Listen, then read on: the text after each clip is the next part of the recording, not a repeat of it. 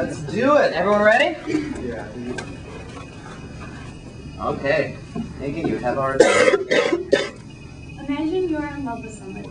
You have never met anyone like them before, and now you want to marry them. However, the law says you cannot do this. How do you feel knowing that you cannot marry the person that you love? According to my audience analysis questionnaire, many of you said that you would feel like you are not getting all your rights as a citizen and that the government is controlling your private life.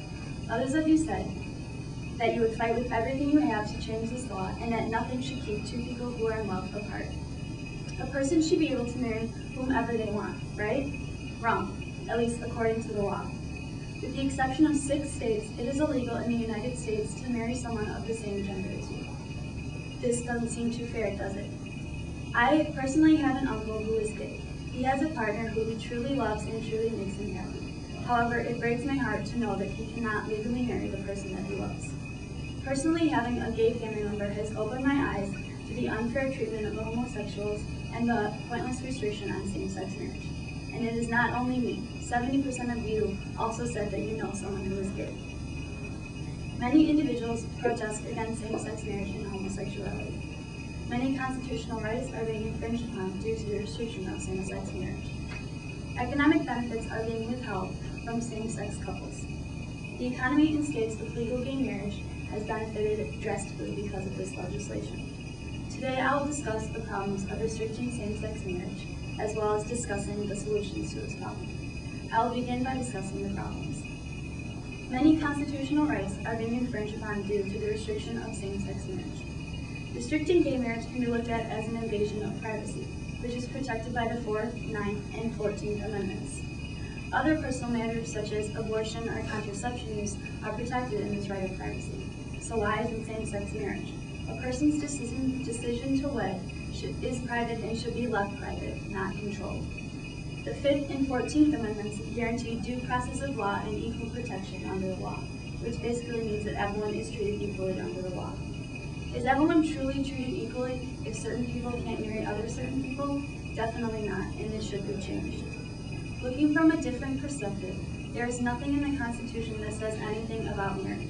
So technically, same-sex marriage isn't unconstitutional. If it's not restricted against in the Constitution, why is it still illegal? This is definitely a problem. Homosexuals are facing many problems currently. An issue very high on their list is the fact that they cannot legally get married in the majority of the states. Outrage against homosexuality and gay marriage is a major problem. Many conservatives think that marriage is between a male and a female, not just two people.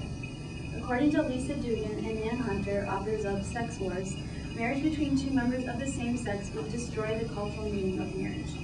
The woman has a role in the marriage, and so does the man. If there is not a woman and a man in the marriage, the roles are confused, and marriage is then viewed as being pointless. Religion also plays a major role in the restriction of same-sex marriage. The Bible does not state that marriage is between the same genders. Marriage is supposed to be between a man and a woman. Because so many people follow the Bible, not many people support gay marriage. Marriage is followed by a variety of rights and advantages for the spouses that are not given to non-married individuals. According to E. Carrington Bogan and the authors of The Rights of Gay People, and I quote, marital partners have advantages in income, gift, and estate tax rates. They may inherit from one another without a will. They may run businesses at lower costs and taxes, and they may adopt children easier than singles. All of these and other benefits are denied to those who elect not to marry and who are not permitted to marry. Also higher for non-married individuals are automobile insurance and homeowners insurance, usually 25 to 40% higher. It is completely unfair that gay couples that desire marriage still have the disadvantages with taxes, rights, and insurance rates. If same-sex marriage was legalized, gay couples would be treated more equally both economically and ethically. The 6 states that allow gay marriage have economically benefited from it. Legalization of more kinds of marriage leads to more weddings. Weddings lead to more spending in wedding-based industries such as food or flowers. More spending leads to an increase in the economy, and an increase in the economy is great, especially in our current recession. For example, California has had a drastic increase in their economy due to the legalization of same-sex marriage. Direct wedding-related spending increased the state's economy by almost $7 million in 3 years, leading to more than 2,000 new jobs. Taxpayers are paying almost $300 billion a year for fragmented families, which is the traditional male-female family setup. If same-sex couples are put into this equation, they will lower the ratio of fragmented families, which will decrease the taxpayers' taxes by almost $3 billion a year. As you can see, economies flourish when same-sex marriage is legalized. Well, if these states' economies are so great, then why isn't every state allowing same-sex marriage? Hopefully we can make this happen.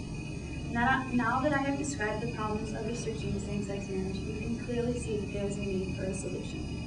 According to my questionnaire, 100% of you said that you believe that heterosexuals and homosexuals should be treated equally. Now that I have established that, I will now discuss the solutions to this problem. A few states have been fighting for same-sex marriage during the past decade. According to Jason Cantone, analyzer of the gay marriage debate, the 2000 Supreme Court case Baker v. State led to the development of civil unions. Civil unions are basically a legal relationship for same-sex couples that is a step above dating and a step below marriage. They give the couple a fraction of the economic benefits that are given to married couples. According to Law and Society Review Journal author Kathleen Hull, in 2003, Massachusetts started a wave of progression for same-sex marriage, realizing that maybe this law should be changed. This realization led to 6 future states allowing gay marriage. There are 2 steps that I think will be beneficial in legalizing same-sex marriage in the United States: education and action. If these steps are successful, I believe that all the states will also be successful in legalizing gay marriage.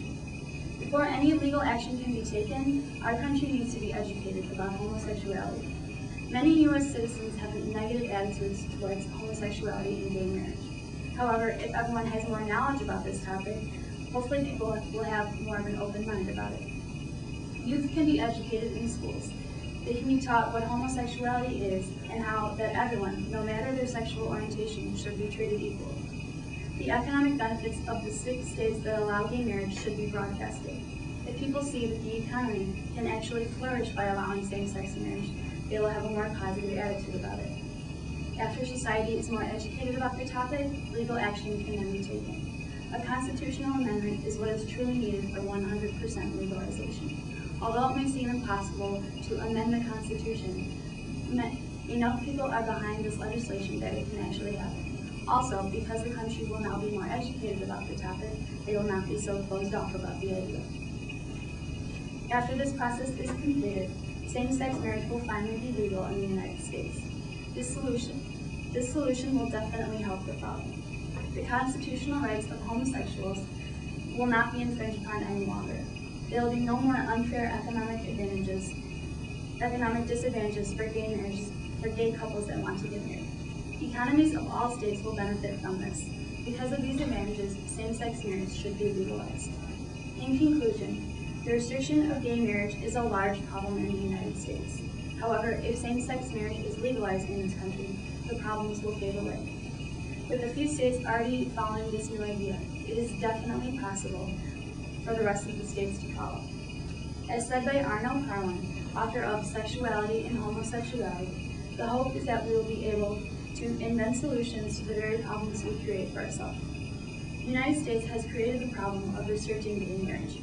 Although a small number of states have enacted the same-sex marriage, the other states have failed to do so. However, this country can most definitely create a solution to this problem. It is not going to be an easy or short ride. It will take many years of dedication and strong will. But I truly believe that the legalization of same-sex marriage in the United States will definitely be worth it.